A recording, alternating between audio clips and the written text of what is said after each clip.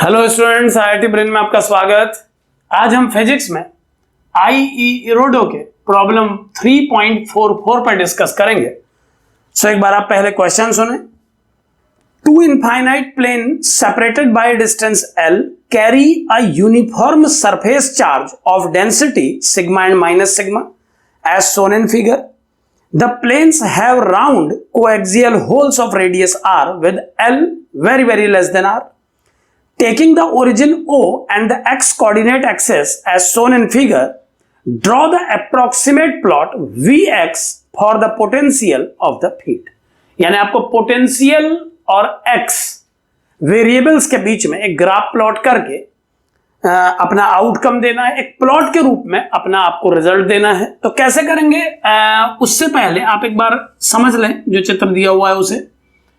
ये दो infinite plane दिए हुए हैं जिनके बीच का सेपरेशन L बहुत छोटा है उस रेडियस के कंपैरेटिवली जिस रेडियस की डिस्क को कट कर दिया गया है इन दोनों प्लेन्स से सिमेट्रिकली, और इन डिस्क के लिए एक एक्सिस तैयार किया गया है जिसे एक्स एक्सिस नाम दिया गया है। सिमेट्री सेंटर पॉइंट O से x डिस्टेंस पर किसी पॉइंट P पर पोटेंशियल को कैलकुलेट करने के बाद आपको पोटेंशियल का ग्राफ दिखाना है x के रिस्पेक्ट में प्लॉट करके। तो क्लियरली समझें कि इस प्रॉब्लम को पहले भी कई बार हम सॉल्व कर चुके हैं। ये प्लस डेंसिटी चार्ज है और ये माइनस सिग्मा डेंसिटी है। तो इस प्रॉब्लम को कई बार हम पहले भी सॉल्व कर चुके हैं और उसमें हमने इलेक्ट्रिक फील्ड की हेल्प से पोटेंशियल या डायरेक्ट कैलकुलेशन से पोटेंशियल की वैल्यू को पता लगाया है। डायरेक्ट रिजल्ट में इस्तेमाल करूंगा इस क्वेश्चन के लिए। आप इस रिजल्ट को जानने के लिए जो क्लिप हमने पोटेंशियल से एसोसिएटेड क्रिएट की है उन क्लिप को देख सकते हैं। जो डायरेक्ट फॉर्मूला इसके लिए बना था वो मैं लिख रहा हूं 1/2 epsilon naught sigma L X upon R square plus X square under. कुछ इस तरह का पोटेंशियल का फॉर्मूला डिराइव हुआ था जब हमने अपनी क्लिप में इसे प्रूफ किया था इंडिपेंडेंटली या इलेक्ट्रिक फील्ड की मदद से। अब इस v को x के रिस्पेक्ट में प्लॉट करते समय क्या क्या बातें आपको ध्यान रखनी होंगी आप समझें। मान लें ये x एक्सिस में हम डिस्टेंस को शो कर रहे हैं और हमें ग्राफ प्लस इंफिनिटी से माइनस इंफिनिटी रेंज में प्लॉट करना है। ये सेंटर पॉइंट O है और y एक्सिस हमने बनाया है पोटेंशियल की वैल्यू के लिए। तो सबसे पहले समझें, अगर x का वैल्यू हम पॉजिटिव लगाएंगे तो v पॉजिटिव आएगा और x का निगेटिव वैल्यू लगाने पर v निगेटिव आएगा। x की वैल्यू 0 रखने पर v 0 आएगा। ये तीन बातें बिल्कुल क्लियर हैं। एक बात यहां पर और समझें कि अगर हम इस पोटेंशियल की वैल्यू को डिफरेंशिएट करें, अगर हम पोटेंशियल को डिफरेंशिएट करें तो डिफरेंशिएट करने पर जो dv बाई dx का वैल्यू हमें मिलेगा, एक बार आप उसे ध्यान से देखें, वो होगा sigma l upon 2 epsilon not. ये कांस्टेंट है, इन्हें अलग कर रहा हूं। टर्म का डिफरेंशिएशन अगर मैं करूं वेरिएबल पार्ट का तो ये बनेगा R square plus X square root 1 X का डिफरेंशिएशन माइनस एक्स को प्लेस करके इस टर्म का differentiation 1/2 R square plus X square root होगा और एक 2x का टर्म और आना चाहिए डिवाइडेड बाय डिनोमिनेटर स्क्वायर जो कि R square plus X square बन जाएगा। और नेक्स्ट लाइन में अगर मैं इसके वेरिएबल पार्ट को लिखूं केवल तो क्या बनेगा एक बार देख लें आप पहले clearly. R square plus X square root R square plus X square, ये दोनों मल्टीप्लाई होकर R square plus X square बन जाएंगे।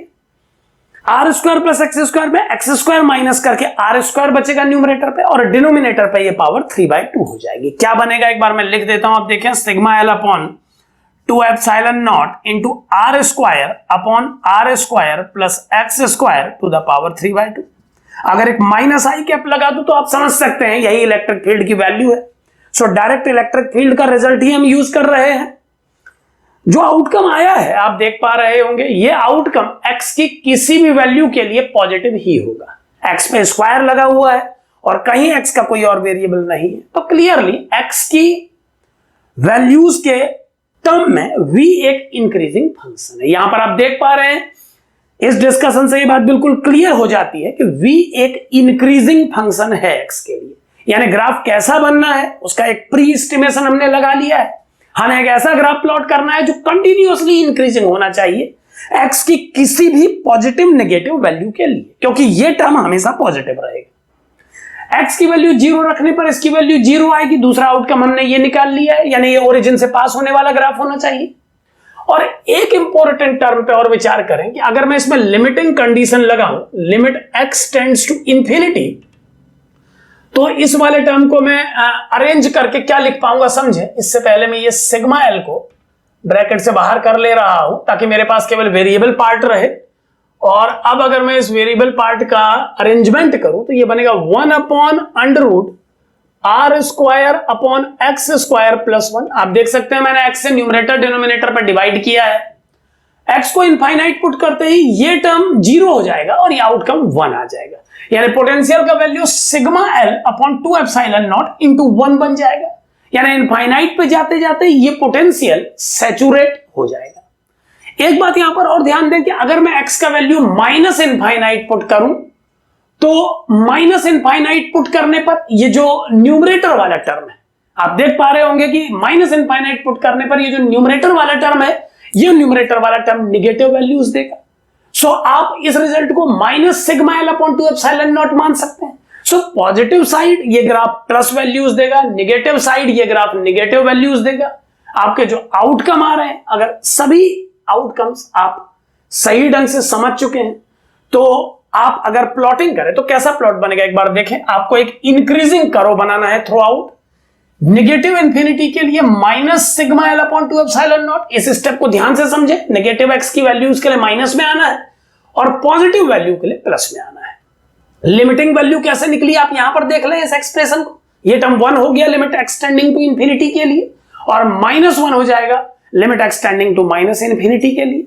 और अब इस ग्राफ की प्लॉटिंग, अगर मैं इस पोजीशन को sigma L upon 2 epsilon naught with minus sign मान लूं और इस पोजीशन को sigma L upon 2 epsilon naught plus, तो इन दोनों कंडीशंस को ध्यान में रखते हुए अब इसका ग्राफ प्लॉट कैसा होगा एक बार आप देखें।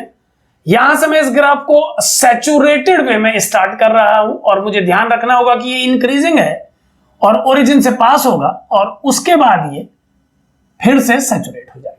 सो कुछ इस तरह का graph plus sigma L upon 2 epsilon naught और minus sigma L upon 2 epsilon naught potential के बीच में क्रिएट किया जा सकेगा। एक बात यहां पर ध्यान दें, इनफाइनाइट प्लेन के केस में हमेशा हमें एक रेफरेंस पॉइंट ढूंढना पड़ता है, क्योंकि इनफाइनाइट एक रेफरेंस पॉइंट के रूप में यूज नहीं किया जा सकता है। इनफाइनाइट प्लेन के फॉर्मूले लीनियर होते हैं एक्स के टर्म में, और इस कंडीशन में केवल 2 पॉइंट के बीच का पोटेंशियल ही बताया जा पोटेंशियल डिफरेंस ही बताया जा सकता है। एब्सोल्यूट पोटेंशियल की वैल्यू कैलकुलेट करने के लिए आपको किसी पॉइंट को रेफरेंस मानना होता है।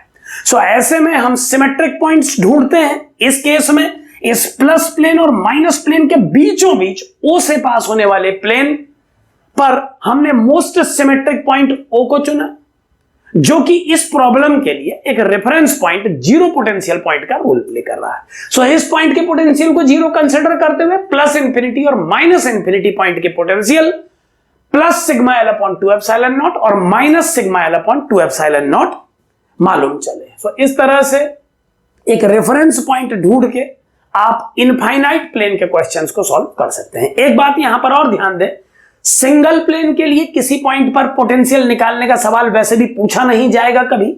इस तरीके के क्वेश्चन हमेशा पेयर में ही क्रिएट किए जाएंगे, क्योंकि पेयर में क्रिएट करने से इस तरह से रेफरेंस को ढूंढने की प्रॉब्लम सॉर्ट आउट हो जाती है। तो एक सही रेफरेंस पता लग जाए, इसके लिए इस तरीके का प्रॉब्लम जो प्लेन बेस्ड होता है हमेशा 2 प्लेन के पेयर में पुटअप किया जाता है। Thank you.